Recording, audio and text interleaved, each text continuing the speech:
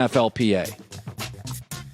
I would, going forward, have a rule that stipulates in the CBA, once you have played 2 years in this league, you no longer play preseason games. Once you have shown people enough tape after 2 years, this is what I can do. Like 2 full seasons? Or 2 full years. By year 3 in the NFL, you never have to appear in a preseason game. I'm going to have 2 full years of your talent. I don't need to see how you can do against the Jaguars' fourth corner. I strongly support any NFL player who has been in this league for any substantial part of time never playing in these games. Well, yeah, I mean, obviously we don't need to see anything from Tom Brady in the preseason. I think we figured out Tom at this point. The bigger point is his sore back. That's what I think about. Old guys just have more nagging injuries. That's the downside. Alex Guerrero will get him all fixed up. He'll give him a rub down and be all good. All right, so Browns GM John Dorsey made it a point last night to tell reporters that Dez Bryant is not returning his calls for a workout. So Dez responded on Twitter. That's what he said. He said he's starting his visits next week and that Cleveland will be on his list. He tweeted, starting my visits next week. I'm coming to the land to see you, Mr. Dorsey. He also responded to someone on Twitter who said, bosses don't make moves out of desperations and employees don't understand this.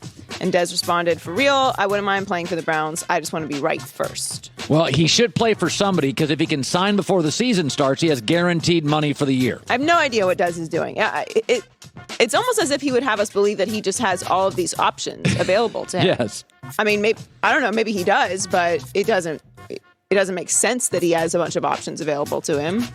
Although he did reportedly turn down that offer from Baltimore for 3 years, $21 million. By the way, if you could have Jarvis Landry in the slot and Dez Bryant on the outside with Tyrod Taylor. The most serious was the tight end George Kittle and running back Matt Breida, who both suffered shoulder injuries. There were 6 injuries in total. Let's take a listen to Kyle Shanahan after the game. Brutal. That's what scares you about training camps, what scares you about the preseason.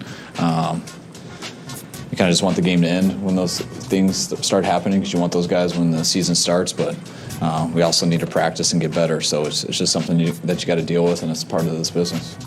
You know, Hugh Jackson was talking about this on Hard Knocks this week because some of the coaches, Todd Haley particularly, wanted the guys to get out there to kind of toughen up. And his point was it's preseason. We don't need these nagging injuries to become full-blown injuries by the time the season starts.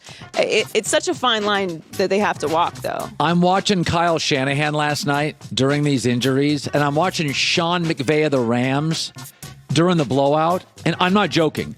Those coaches just wanted the games to be over. Sean McVay is looking at the clock in the third quarter, and he's like, you can see, he's frustrated the game's being played. Yes. He's like, get me out of here. I don't want to... I look at these coaches. I mean, if I have a star player, I'm like telling him, T-shirts in August. I am never having like Saquon Barkley. After that run, I would have been like, okay, I'm not putting anything else on tape. That'll get sports radio talking about us, sell a few tickets, hit the bench. Right. They had 6 injuries last night. George Kittle, Matt Breida, Malcolm Smith, Solomon Thomas, Gary Gilliam, and Eli Harold. That's rough. Joy Taylor, the news. Well, that's the news. And thanks for stopping by. The Herd Lie News. He's a Hall of Famer. He sat down like we did and watched all of that preseason.